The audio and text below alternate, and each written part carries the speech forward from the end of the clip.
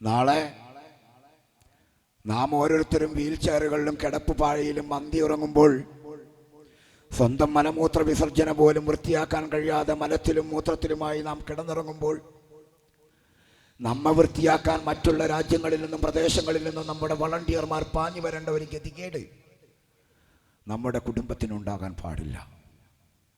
നമ്മുടെ കുടുംബത്തിൽ അതിന് പറ്റുന്ന ഒരു രൂപത്തിലുള്ള നമ്മുടെ യുവത്വം തുളുമ്പുന്ന യുവാക്കളിൽ നിന്ന്, നമ്മുടെ വീട്ടിലെ മക്കളിൽ നിന്ന് നമ്മുടെ ഉമ്മയെയും വൃത്തിയാക്കുന്ന രൂപത്തിലേക്ക് നമ്മൾ എത്തേണ്ടതുണ്ട്.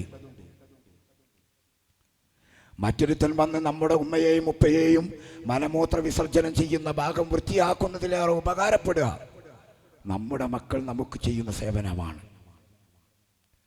ആ സേവനം നമ്മൾ കാണണമെങ്കിൽ നാം ഓരോരുത്തരും പറയാറുണ്ട്, കണ്ണുള്ളവനെ കണ്ണിൻ്റെ കാഴ്ച അറിയുള്ളൂ, കണ്ണ് നഷ്ടപ്പെടുമ്പോഴാണ് അതിൻ്റെ കാഴ്ച അറിയുകയെന്നുള്ളത്.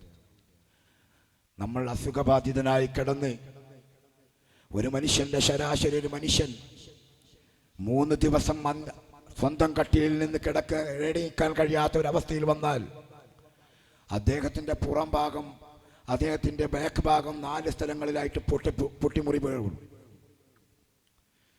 ഈ മുറിവ് സംഭവിച്ചു കഴിഞ്ഞാൽ തിരിഞ്ഞു നോക്കാൻ ഒരു മനുഷ്യനുമില്ല എങ്കിൽ ആ 6ാമത്തെ ദിവസം ആ മനുഷ്യന്റെ ശരീരഭാഗങ്ങളിൽ നിന്ന് വലിയ വലിയ പുഴുക്കൾ ഉത്ഭവിക്കപ്പെടും.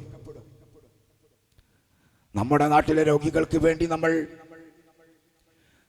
വീൽ ചെയറുകളും വാട്ടർ ബെഡുകളും എയർ ബെഡുകളും തലപൊക്കുന്ന കട്ടിലുകളും എല്ലാം കൊടുക്കുമ്പോഴും നാം മനസ്സിലാക്കണം, നാളെ ഇതേ ഒരവസ്ഥയിൽ നാം കടന്നു കഴിഞ്ഞാൽ നമ്മെ തിരിഞ്ഞു നോക്കാൻ നമ്മുടെ നാട്ടിൽ നിന്നുള്ള യുവാക്കൾ തയ്യാറായിട്ടില്ല എങ്കിൽ, നമ്മുടെ മക്കൾ തയ്യാറായിട്ടില്ല എങ്കിൽ വളരെയധികം വേദനാജനകമായ കാഴ്ച നാം നമ്മുടെ കിടപ്പറയിൽ കാണേണ്ടി വരുമെന്ന സത്യം നാം തിരിച്ചറിയാതെ പോകരുത്.